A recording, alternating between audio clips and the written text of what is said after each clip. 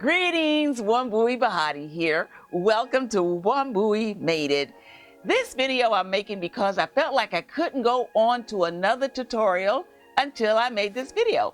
Because there are two things that I wish I had said and that it just keeps going in my head. You should have said that in the 10-stitch blanket video. How come you didn't say that? I forgot to say two things that I wanted to say, and I feel like I need to say them. So really this video is an amendment to the 10-stitch blanket video. I wanted to clarify something, and then I want to, I don't believe that I didn't even talk about binding off. How to get the 10-stitch blanket off the loom. So I'm going to touch on that, and there's something I want to clarify. I feel like once I do these things, then I can move on. So with that said, let's just get to it. Woo! The thing that I want to clarify is when I was talking about how to find the first loop in order to start joining and creating a new section, I said in the original video about the 10-stitch blanket that I made, I said you're going to follow the invisible line and get that loop at the bottom. What I failed to say is that that only works in the beginning when you're starting your blanket. After that, as you go around, you want to look for a right angle. You want to see the line of your blanket here as it comes into up into the loom, and you're just going to look on that seam there, and you're actually going to be taking the top loop from the seam, not the bottom of the invisible line of the triangle.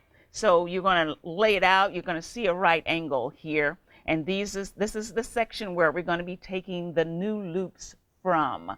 So we're just going to look into this corner right here.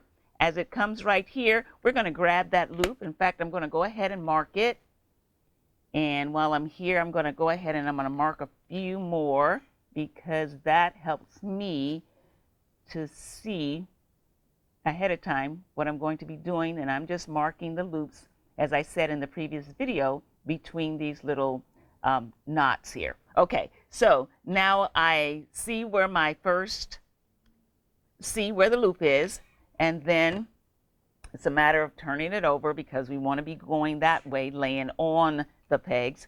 And so then I would grab this first loop here where I have the marker, okay, and I'm going to take that, let me go in so you can see too.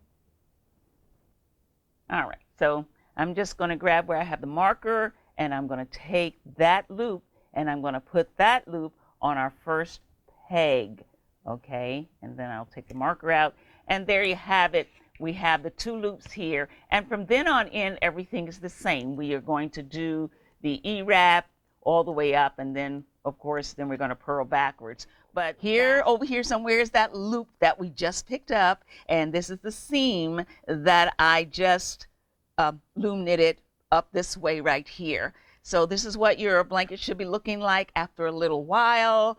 And do be mindful that the invisible lines in the squares should run into each other and have those 4 points on your blanket. Okay, that's it for now. I just wanted to clarify that. The topic that I failed to mention at all in the previous video I did about the 10-stitch blanket is I didn't mention casting off, binding off, how to get your finished blanket off the loom. The good news about the 10-stitch blanket is that when you're finished with your blanket and you're ready to take it off, you're only going to be casting off 10 stitches, something that's the width of this right here. So what I have used for my sample blankets that I have done is I have used the chain stitch cast off. I think it looks fine. I think it works well. It's an easy enough cast off that I believe most anybody can get it and do it. What may be an issue for some is that it doesn't exactly match the edge, the rest of the edge around the blanket. So you're going to have that section that has the chain stitch, which I don't think is that noticeable, but for those people who are really a stickler about that kind of thing, then it's not an exact match to what this edge is. I believe there is a stitch where you can do a bind off that looks like this. It may involve a crochet hook. I'm still going to look, and once I find it, I'll be back to share it with you. In the meantime, if some of you know that or have that information or know a bind off where it looks more like this edge right here, then please share that with us if you're so inclined. Right, what I'm going to do now is I'm going to go ahead for those people who may need to see the chain stitch bind off. I'm going to do it here, and I'm going to do it the way that I do, which means I'm going to loosen up the loops before I even start the bind off. And I do that so that I don't have that pulling in the top where sometimes when you bind off, the bind off is so tight that it kind of is tight at the bottom and loose at the end, and it's kind of wonky. We don't like wonky, so I'm going to go ahead and show anybody that may not be familiar with it how to do it. And so the first thing I'm going to do, of course, you're going to end up with your working yarn on your 10th peg at the end of your blanket. You're going to just take that last loop and pull it. You're just going to pull that yarn out. The thing to be mindful of is that that loop doesn't jump off. So we're going to pull this loop because what we want to do is have enough yarn to go in and pull the rest of the loops. What we want to do, the idea is to loosen the yarn around all of these pegs so that when we start our cast off or bind off, we're working with loops that are very loose, and that's going to help avoid having a tight cast off where the stitches on the top or the stitches in the cast off are pulling so tight that it doesn't match the rest of the project or the beginning or end of the project.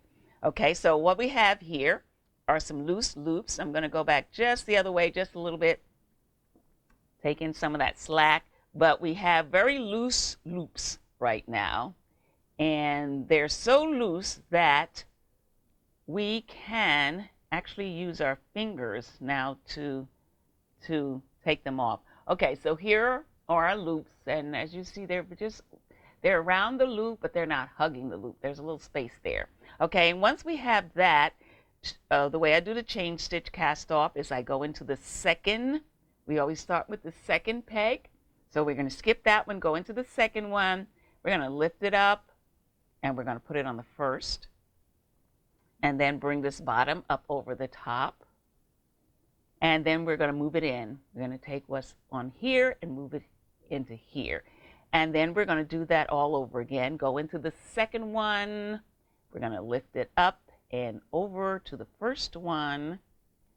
Bottom up and over. And then we're going to move next door. Just move it back in. Okay? And now the same thing from the second one. Pick up the bottom. Over, back over here. All right. Now the one that is now the second one is this one. So we're going to get that, put it on top of that one, go to the bottom, lift it up and over, and we're going to move that back in. And this just repeats until we get to the last one. Okay, so we're going to move that in.